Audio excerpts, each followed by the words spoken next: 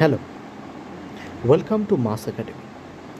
আজ আমি যে টপিকটা তোমাদের পড়াতে চলেছি সেটা হচ্ছে ভিএসএপিআর থিওরি অথবা valence shell electron pair repulsion theory. এই ভিএসএপিআর থিওরিটা আমি তোমাদের এক্সপ্লেন করব এনসিইআরটির বইটা থেকে। তাই এখানে বইয়ের একটা পিডিএফ আমি খুলে নিচ্ছি। ঠিক আছে, দেখো, ভিএসএপিআর থিওরিটা এলো এর কারণটা হচ্ছে এই লুইস যে কনসেপ্ট বা আমরা এর আগে যে থিওরিগুলো পড়েছি বা লুইস কনসেপ্ট থেকে অ্যাকচুয়ালি মলিকুলের শেপ বা মলিকুলটা কেমন দেখতে হয় সেই সম্পর্কে কোনো ধারণা বিজ্ঞানীরা পাননি। সেটা ক্যাপেবল নয় এই ধারণাটা দেওয়ার যে একটা মলিকুল কী ধরনের শেপের হবে। সেক্ষেত্রে তখন ভিএসএপিআর থিওরির জন্ম হয় এবং ভিএসএপিআর থিওরি অনেকটাই তোমার একটা মলিকুলার শেপ সম্পর্কে কিছু ধারণা দেয়। তাহলে এই থিওরিটা কী বা এর মেইন পস্টুলেটগুলো কী সেটা একটু বলে নিই। ভিএসএপিআর থিওরিটা কী না, প্রথমেই বলা হচ্ছে, দেখো তোমার এখানে কিছু পয়েন্ট তোমার দেওয়া আছে।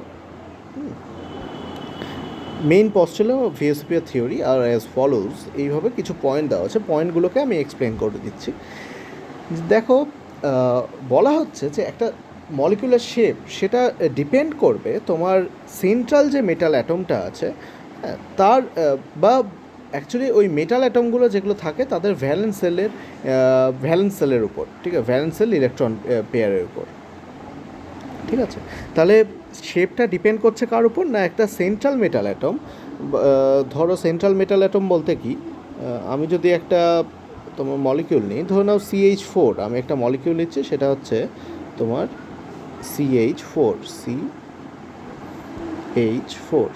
বা মিথেন, তাই না? মিথেনের শেপটা কেমন, টেট্রাহেড্রাল শেপ, ঠিক আছে, এবং এর বন্ড অ্যাঙ্গেল সম্পর্কে আমরা সবাই জানি। তো কেন এই ধরনের শেপ হলো বা কী জন্য আমি টেট্রাহেড্রাল বলছি এই শেপটা, অন্য কোনো শেপ কেন বলছি না, এটা ডিপেন্ড করে এই যে সেন্ট্রাল অ্যাটমটা, মেটাল অ্যাটম নয়, সেন্ট্রাল অ্যাটম। তো সেন্ট্রাল অ্যাটম কে এখানে, কার্বন। কার্বনকে ঘিরে দেখো চারটে তোমার হাইড্রোজেন বসে আছে। তো এই সেন্ট্রাল যে অ্যাটমটা তার ভ্যালেন্স সেলে তোমার যতগুলো ইলেকট্রন পেয়ার থাকবে তার উপর ডিপেন্ড করছে তোমার শেপটা কীরকম হবে। এছাড়া আর কিসের উপর ডিপেন্ড করে, দেখো নেক্সট পয়েন্ট বলছে যে এই ভ্যালেন্সিয়াল যে ইলেকট্রনগুলো থাকে, হ্যাঁ, এই যে ইলেকট্রনগুলো থাকে তাদের মধ্যে রিপালশন থাকে, তাই না? কেন রিপালশন থাকবে, কারণ হচ্ছে এই ইলেকট্রনগুলো হচ্ছে নেগেটিভলি চার্জ। তো দুটো নেগেটিভ বা দুটো সেম চার্জ একে অপরকে রিপেল করে, তাই না? তো এদের মধ্যে কিছু রিপালশন থাকবে। তো এই রিপালশনের জন্য কি হবে, এই যে তোমার অ্যাটমগুলো বা পেয়ার অফ ইলেকট্রনগুলো তারা চেষ্টা করবে ম্যাক্সিমাম ডিস্টেন্সে থাকতে একে অপরের কাছ থেকে। তাতে কি হবে, তোমার রিপালশনটা মিনিমাম হবে। মানে ভাবো কথাটা এইভাবে যে এখানে ধরে নাও, এই ধরে নাও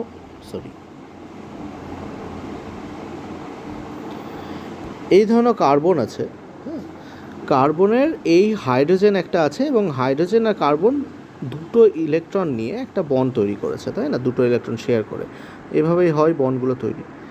এবার কেন এই যে নেক্সট বন্ডটা, এগুলো মনে রাখবে এদের মধ্যে অ্যাঙ্গেলটা হয় 109°28'। তো কেন 109°28' হলো, কেন এদের মধ্যে এরকম গ্যাপটা থাকলো, ঠিক আছে? কেন গ্যাপটা তোমার 90° হলো না, বা কেন এরা কাছাকাছি না থেকে একটু দূরে দূরে কেন থাকছে? এই ব্যাপারগুলো হচ্ছে, দেখো, এই যে ইলেকট্রন পেয়ার আর এই যে ইলেকট্রন পেয়ারগুলো এদের মধ্যে রিপালশন কাজ করবে, হ্যাঁ, এই দুটো ইলেকট্রন পেয়ারের মধ্যে কী হবে না, রিপালশন কাজ করবে, তাই না? এই ইলেকট্রন পেয়ারগুলোর মধ্যে এই রিপালশনের জন্য কী হবে, তারা একে অপর থেকে দূরে যাওয়ার চেষ্টা করবে। এদিকে আসার চেষ্টা করবে, ও এদিকে আসার চেষ্টা করবে। কিন্তু আবার দেখো,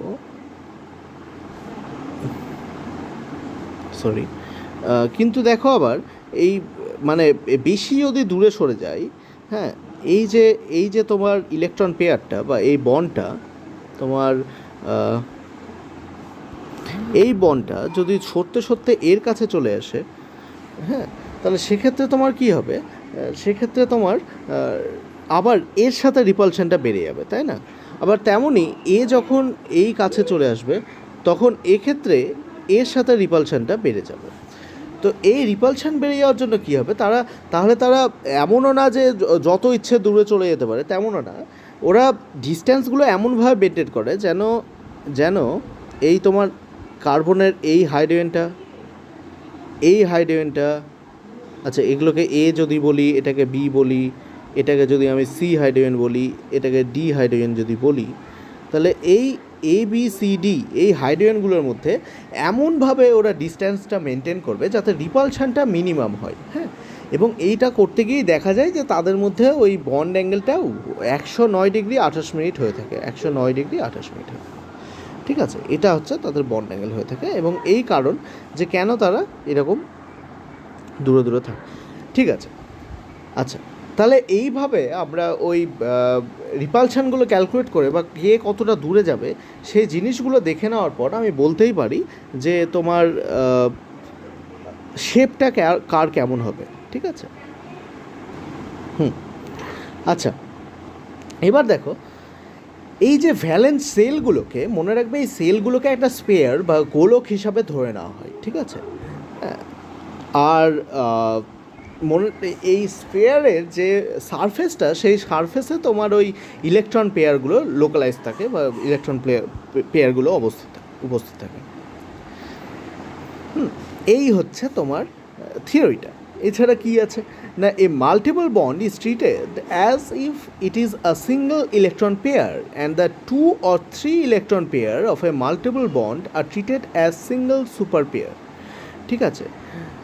আর লাস্ট থিওরিটা কি না, where 2 or more resonance structure can represent a molecule, the VSEPR model is applicable to any such structure. যাই হোক, এই হচ্ছে তোমার ভিএসএপিআর থিওরি। নেক্সট, এবার রিপালশানগুলোকে আমি বলি। দেখো রিপালশান কোথায় কোথায় হতে পারে না, রিপালশান হতে পারে তোমার, যদি আমি এই ওয়াটার মলিকিউলের কথা বলি, দেখো ওয়াটার মলিকিউলে কী হচ্ছে, আমরা জানি যে অক্সিজেনের দুটো লোন পেয়ার থাকে, তাই না। তো অক্সিজেনের দুটো লোন পেয়ার মানে এই ধরনের লোন পেয়ার আর এই লোন পেয়ার, আবার তোমার এই ইলেকট্রন পেয়ার থাকে এখানে, বন্ড পেয়ার বা ইলেকট্রন পেয়ার, ঠিক আছে। Bond pair actually, electron pair তো না, বন্ড পেয়ার। তো লোন পেয়ারগুলো নিজেদের মধ্যে রিপালশন করতে পারে, আবার লোন পেয়ার এই বন্ড পেয়ারের সাথে রিপালশন করতে পারে, ঠিক আছে। তো এইভাবে রিপালশনগুলো দেখো কত রকমের হয় না, লোন পেয়ার রিপালশন হয়, loan pair bond pair repulsion হয়, আর বন্ড পেয়ার রিপালশন হয়। মানে কি কি দেখো, এই ধরনের অক্সিজেন, এখানে ইলেকট্রন, মানে এখানে একটা লোন পেয়ার, আবার এখানে একটা লোন পেয়ার, এই আবার তোমার এই ধরে নাও এই হাইড্রোজেনটা, এখানে কি আছে না বন্ড পেয়ার আছে হাইড্রোজেন আর অক্সিজেনের মধ্যে, এখানেও আছে বন্ড পেয়ার ইলেকট্রন। তো এই লোন পেয়ার আর বন্ড পেয়ার নিজেদের মধ্যে রিপালশন করতে পারে, এই লোন পেয়ার আর বন্ড পেয়ার রিপালশন করতে পারে, আবার এই লোন পেয়ার আর লোন পেয়ার রিপালশন করতে পারে, আবার এই বন্ড পেয়ারগুলো নিজেদের মধ্যে রিপালশন করতে পারে। তো এই যে রিপালশনগুলো, সেক্ষেত্রে সব থেকে স্ট্রং রিপালশনটা হচ্ছে এই লোন পেয়ার রিপালশন, ঠিক আছে। লোন পেয়ার এই যে রিপালশনটা, সেটা সব থেকে স্ট্রং বা স্ট্রংগেস্ট রিপালশন। তা রিপালশনের অর্ডারগুলো যদি বলি, তাহলে সেক্ষেত্রে কীরকম হবে না, lone pair repulsion is maximum, then lone pair bond pair repulsion, lone pair আর বন্ড পেয়ার রিপালশন, আর তারপরে বন্ড পেয়ার রিপালশন, ঠিক আছে। আশা করি তোমরা বুঝতে পেরেছো যে লোন পেয়ার আর বন্ড পেয়ার জিনিসগুলো কী। যদি তোমরা বুঝতে না পেরে থাকো, নিচে কমেন্ট করবে, আমি নেক্সট ভিডিওতে আবার সেই জিনিসগুলো বলার চেষ্টা করব, ঠিক আছে। তোমরা একটু ভিডিওগুলো দেখে নিচে অবশ্যই কমেন্ট করবে যে কোন জিনিসটা তোমাদের বুঝতে অসুবিধা হয়েছে, বা তোমাদের আরও একবার বলে দিলে সুবিধা হয়, তাহলে সেক্ষেত্রে নেক্সট ভিডিওতে আমি সেই কথাগুলো মাথায় রাখবো এবং প্রিভিয়াস জিনিসগুলো আরও একবার বুঝিয়ে দেওয়ার চেষ্টা করবো। তাহলে দেখো, মনে রাখবে যখনই একটা বন্ড তৈরি হয়, ধরে নাও এ একটা অ্যাটম এবং বি একটা অ্যাটম, এরা বন্ড তৈরি করছে, ধরে নাও একটা সমযোজী বন্ধন তৈরি করছে, এবং সমযোজী বন্ধনটা তৈরি হচ্ছে কিভাবে না, দুটো ইলেকট্রন শেয়ার করে, তাই না। এই যে শেয়ারিং অফ ইলেকট্রনটা হচ্ছে এবং তাদের মধ্যে এই যে বন্ডটা তৈরি হচ্ছে এরকমভাবে, তো এই যে বন্ডের মধ্যে দুটো ইলেকট্রন জোড় বসে থাকে, এদেরকে বলে বন্ড পেয়ার, ঠিক আছে, বন্ড পেয়ার। আর লোন পেয়ার কি, লোন পেয়ার মনে রাখবে সেন্ট্রাল অ্যাটমে, কথাটা ভালো মতো শোনো, সেন্ট্রাল যে অ্যাটমটা থাকে সেই অ্যাটমের সর্ববহিস্থ কক্ষপথ বা ভ্যালেন্স সেলে যদি ইলেকট্রন পেয়ার থাকে এবং সেই ইলেকট্রন পেয়ারগুলো যদি তোমার বন্ডিংয়ে পার্টিসিপেট না করে, ঠিক আছে, বন্ডিংয়ে যদি পার্টিসিপেট না করে সেক্ষেত্রে তোমার ওদেরকে ওরা লোন পেয়ার হিসেবে বসে থাকে। লোন পেয়ার মানে নিঃসঙ্গ ইলেকট্রন যে জোড়, লোন পেয়ার অফ ইলেকট্রন। এই হচ্ছে, ঠিক আছে। তাহলে আমরা এই থিওরিগুলো পড়লাম, ধীরে ধীরে আমরা এগাবো, ঠিক আছে। থিওরিগুলো খুব বড় হবে, মানে বেশি চাপ নেব না মাথায়, ধীরে ধীরে আমরা যতটা হয় ততটা করেই এগোবো। হ্যাঁ, তোমরা প্রতিদিন এই ভিডিওটা একবার করে দেখবে, অথবা যা অসুবিধা হবে তোমরা কমেন্ট করবে এবং সেভাবে আমি পরের ভিডিওগুলোতে এগোবো। আচ্ছা দেখো, ব্যাপারটা হচ্ছে আমরা এই যে মলিকিউলগুলো সেগুলোকে মোটামুটি আমরা দুটো ভাগে ভাগ করতে পারি। কীরকম দুটো ভাগ?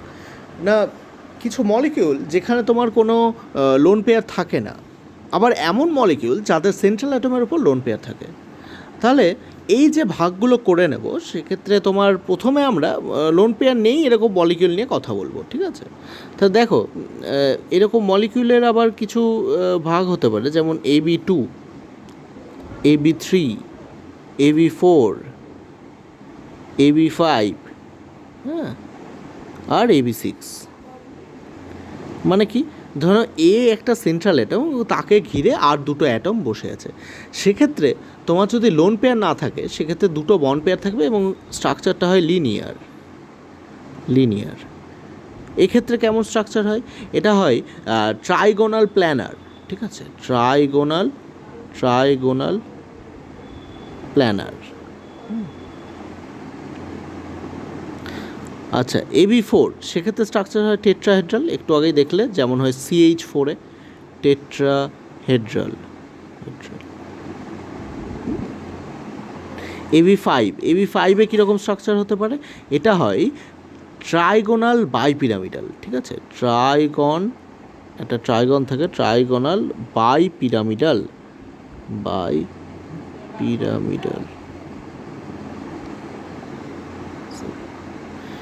আর AB6টা হয় অক্টাহেড্রাল।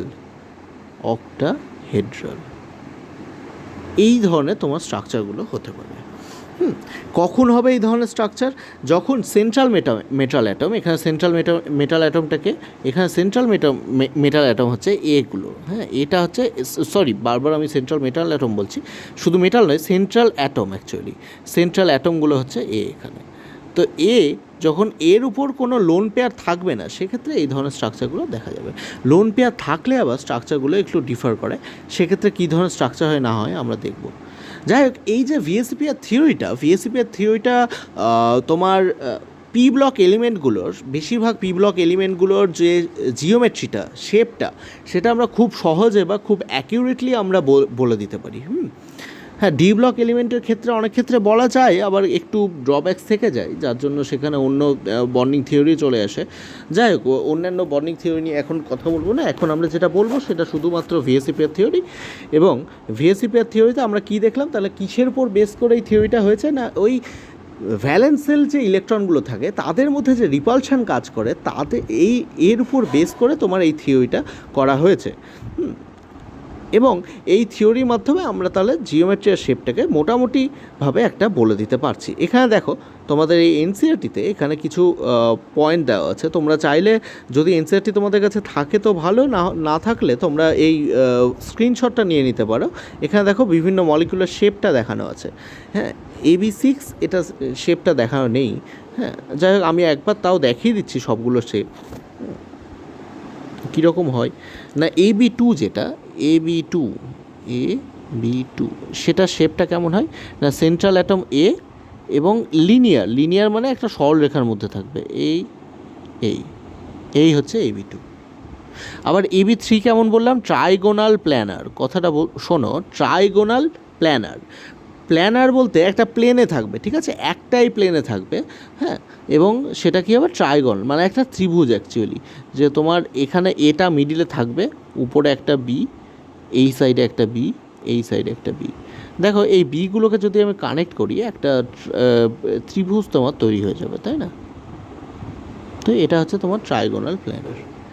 এছাড়া তোমার বাকিগুলো যারা আছে, বাকিগুলো বলতে AB4টা কীরকম স্ট্রাকচার? টেট্রাহেড্রাল স্ট্রাকচার, তাই না? টেট্রাহেড্রাল বলতে এই এ ধরে নাও,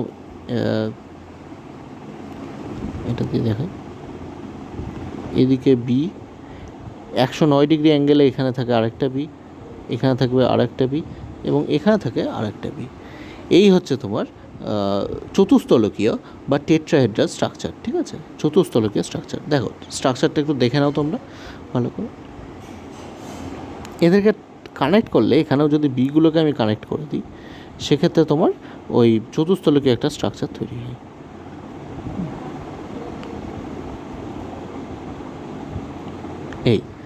এই একটা চতুস্তলকীয় স্ট্রাকচার, ঠিক আছে? চতুস্তলক মানে 4টে তল থাকে, টেট্রাহেড্রাল 4টে তল থাকে, ঠিক আছে?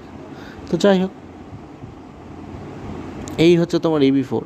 এছাড়াও তোমার আর কী কী হতে পারে? আর হতে পারে AB5, যেটা হচ্ছে ট্রাইগোনাল,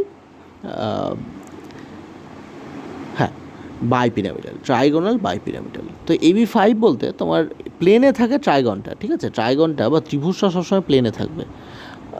তো এটাকে আমি ধরে নাও এখানে রাখলাম।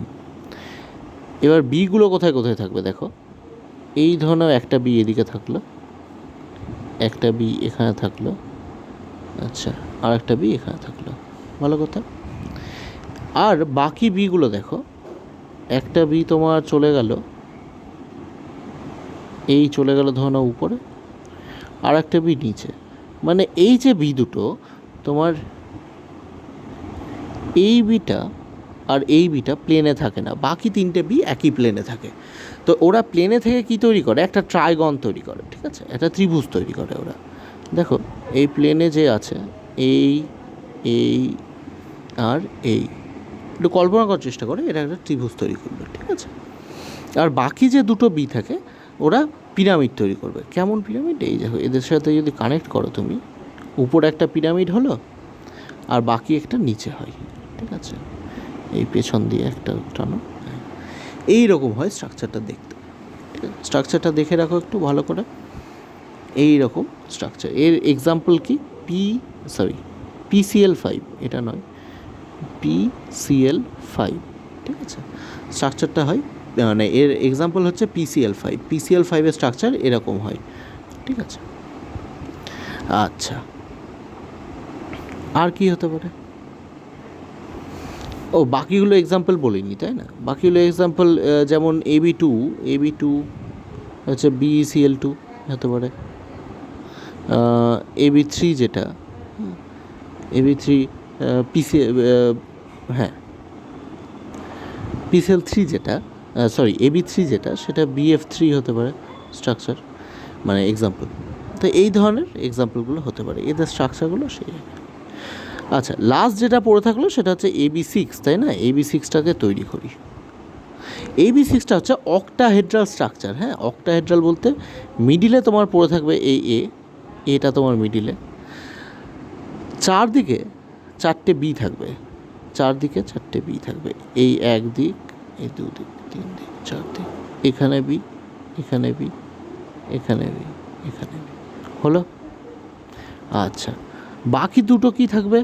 বাকি দুটো বি থাকবে উপরে আর নিচে, মানে ওই 4টা বি একই প্লেনে থাকবে, আর এই যে বি দুটো, বাকি এই বি দুটো, সেটা থাকবে উপরে আর নিচে, যেটা ট্রাইগোনাল প্ল্যানারও দেখলে তুমি। হ্যাঁ, তো এদেরকে কানেক্ট করো, কানেক্ট করলে দেখো কী হয়, এই এই এই এই এই এই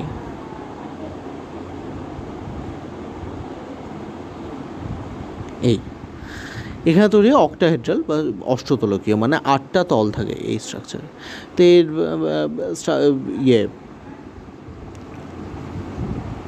FeCl6 এর এক্সাম্পল হতে পারে, ঠিক আছে? এই ধরনের বিভিন্ন এক্সাম্পলগুলো হতে পারে। তো এই হচ্ছে তোমার স্ট্রাকচারগুলো, দেখে নাও একবার। এনসিইআরটিটাকে একটু দেখিয়ে দিই, এখানে কয়েকটা দেখানো হয়েছে, AB6টা দেখানো হয়, এই যে তোমার এখানে বিভিন্ন স্ট্রাকচারগুলো দেখা হয়েছে এবং সেখানে প্রতিটা তোমার অ্যাঙ্গেলগুলোও দেখানো হয়েছে। মনে রাখবে ট্রাইগোনালে সবসময় ওই যে অ্যাঙ্গেলটা থাকবে সেটা 120 ডিগ্রি হবে। এইভাবে জিওমেট্রিটা এখানে দেখিয়ে দিয়েছে এবং এখানে SF6, CH4, PCL5, BF3, BCL2 এই ধরনের বিভিন্ন এক্সাম্পলগুলো দিয়ে স্ট্রাকচারগুলো দেখানো হয়েছে। আচ্ছা, এবার তোমার তো এমনও হতে পারে যেখানে নাম্বার মানে এর আগেরটা বললাম কি যে মলিকিউলগুলো দুটো ভাগে ভাগ করা যেতে পারে, তাই না? যে লোন পেয়ার আছে আর লোন পেয়ার নেই, এই দুটো ভাগে। তো লোন পেয়ার নেই সেটা আমরা বুঝে গেলাম, কিন্তু লোন পেয়ার থাকলে সেক্ষেত্রে কেমন হবে, তাই না? তো দেখে নিই কেমন হবে স্ট্রাকচারগুলো। ফার্স্টে ধরে নাও ওই যে AB2 আমি ইয়েটা বলেছিলাম যেটা লিনিয়ার হচ্ছিল, ধরো এখানে একটা লোন পেয়ার বসে আছে, তাহলে কি হবে? ধরো এর উপর একটা লোন পেয়ার বসে আছে, তাহলে তোমার কেমন হবে? তাহলে তোমার হবে, দেখো এই ধরো এ, একটা লোন পেয়ারকে রাখো এখানে, এখানে বি, এখানে বি, এই হবে তোমার স্ট্রাকচার, ঠিক আছে? এবার এই যে স্ট্রাকচারটা তোমার হলো, দেখে নাও এখানে ট্রাইগোনাল প্ল্যানার স্ট্রাকচার মানে কি, তোমার যদি মানে বেন্ট হয়ে যায় ব্যাপারটা, শেপটা হবে বেন্ট শেপ এবং জিওমেট্রিটা হবে বা স্ট্রাকচারটা হবে ট্রাইগোনাল প্ল্যানার। হ্যাঁ, এবার যদি ধরো নাও তিনটে থাকলো, ধরো নাও যখন AB3 ছিল, দেখো আগেরটাতে লোন পেয়ার না থাকলে AB3 যখন হচ্ছিল সেক্ষেত্রে তোমার স্ট্রাকচারটা হচ্ছিল দেখো ট্রাইগোনাল প্ল্যানার, তাই না? যখন কোনো লোন পেয়ার নেই। কিন্তু আমি বলছি ধরে নাও লোন পেয়ার চলে এলো, তখন কি স্ট্রাকচার হবে? মানে ধরে নাও যেটা মলিকিউলের উপর একটা লোন পেয়ার চলে এলো, তখন কি হবে? তখন হয়ে যাবে যে স্ট্রাকচারটা হয়ে যাবে এরকম, AB কি বললাম 2, তাই তো, আর লোন পেয়ার আছে এখানে, তা তোমার স্ট্রাকচারটা হবে AB3 আঁকছি আমরা, AB উপরে একটা লোন পেয়ার এইভাবে বসে থাকবে, বা ইলেকট্রন দেখে দিই AB। তো এটা কি স্ট্রাকচার না, এটা হচ্ছে টেট্রাহেড্রাল। তো এইভাবেই তাহলে লোন পেয়ার থাকলে তোমার স্ট্রাকচারগুলো চেঞ্জ হতে থাকবে। হ্যাঁ, আগেরটার সাথে এটা মিল করতে থাকবে, তাহলে তুমি বুঝতে পারবে। হ্যাঁ, যেমন আগেরটাতে AB4 যখন ছিল তখন ছিল টেট্রাহেড্রাল স্ট্রাকচার, কিন্তু এক্ষেত্রে ধরে বলছি AB4 এবং এখানে লোন পেয়ার বসে আছে, ওখানে নো লোন পেয়ার, এখানে লোন পেয়ার আছে, তাহলে কেমন স্ট্রাকচার হবে? এক্ষেত্রে স্ট্রাকচার তোমার কীরকম হয়ে যাবে? ট্রাইগোনাল বাইপিরামিডাল স্ট্রাকচার হয়ে যাবে। দেখে নাও তুমি এই যে ট্রাইগোনাল বাইপিরামিডাল, মানে লোন পেয়ারটা তোমার প্লেনে বসে থাকবে এবং এই যে ট্রাইগোনাল বাইপিরামিডাল স্ট্রাকচার হয়ে যাবে। এটা হচ্ছে তোমার AB4 with a lone pair, with one lone pair, right? এবং স্ট্রাকচারটা এর জিওমেট্রিটা বা শেপটা কী হবে? শীর্ষ, ঠিক আছে, শীর্ষ বলে। এছাড়া দেখো তোমার যদি দুটো লোন পেয়ার থাকে, ধরে নাও তোমার তিনটে তোমার বন্ড পেয়ার আছে, হ্যাঁ, AB3 ধরে নাও, সেক্ষেত্রে দুটো লোন পেয়ার ধরে নাও পড়ে আছে, তখনও তোমার হয়ে যাবে ট্রাইগোনাল বাইপিরামিডাল। হ্যাঁ, এবং দুটো লোন পেয়ার তোমার পড়ে থাকবে একটা প্লেনে। আচ্ছা, অক্টাহেড্রাল ধরে নাও তোমার 5টা বন্ড পেয়ার বা AB5 এবং সেখানে একটা তোমার এই দেখে নাও AB5 এবং যেটা লেখা আছে সেটা নাম্বার অফ লোন পেয়ার। তো দেখে নাও 5টা তোমার বন্ড পেয়ার, তাহলে একটা লোন পেয়ার, তাহলে স্ট্রাকচারটা হয়ে যাবে অক্টাহেড্রাল এবং সেটা এরকম স্কোয়ার পিরামিডাল হবে শেপ। এছাড়া তোমার হতে পারে AB4E2, ইটা হচ্ছে নাম্বার অফ লোন পেয়ার, তাহলে বন্ড পেয়ার 4টে, দুটো লোন পেয়ার এবং তোমার শেপটা স্ট্রাকচারটা হবে অক্টাহেড্রাল বা তোমার অষ্টতলকীয়, যে লোন পেয়ার দুটো উপরে আর নিচে থাকবে এবং এটা তোমার স্কোয়ার প্ল্যানার হবে। এর এক্সাম্পল এখানে দেওয়া আছে প্রতিটার, XeF4, হ্যাঁ, কোনো SF4, এই ধরনের স্ট্রাকচার দেওয়া আছে। তো তোমরা চাইলে এই ইয়েটার তোমরা স্ক্রিনশট নিয়ে নিতে পারো।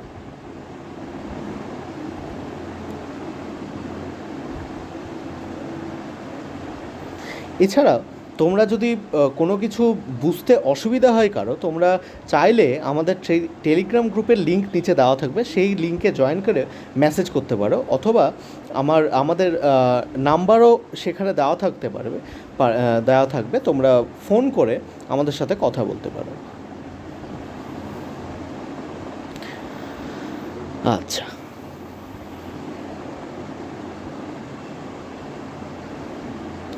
তাহলে আমরা এই স্ট্রাকচারগুলো দেখলাম। তাহলে অ্যাকচুয়ালি আমাদের এই অবধি এখন থাক। নেক্সট ভিডিওতে আমরা এই ভিএসএপিআর থিওরির আরও কিছু কোয়েশ্চেন এবং বাকি জিনিস যেটা বাকি থাকলো সেই জিনিসগুলো নিয়ে আলোচনা করব। যাওয়ার আগে একটাই কথা বলি, তোমাদের যদি অসুবিধে হয়, তোমরা 3টে অপশান থাকলো, তোমরা হয় নিচে কমেন্ট করতে পারো, অথবা তোমরা টেলিগ্রাম গ্রুপে জয়েন করতে পারো, অথবা নিচে যে ফোন নাম্বার দেওয়া থাকবে সেখানে তোমরা ফোন করতে পারো। ওকে, ভালো লাগলে দয়া করে একটু যদি তোমরা লাইক করো, তাহলে বুঝতে পারবো তোমাদের ভালো লাগছে সেশনগুলো, এবং তোমাদের বন্ধুদের সাথেও তোমরা শেয়ার করতে পারো সেক্ষেত্রে। ওকে, বাই।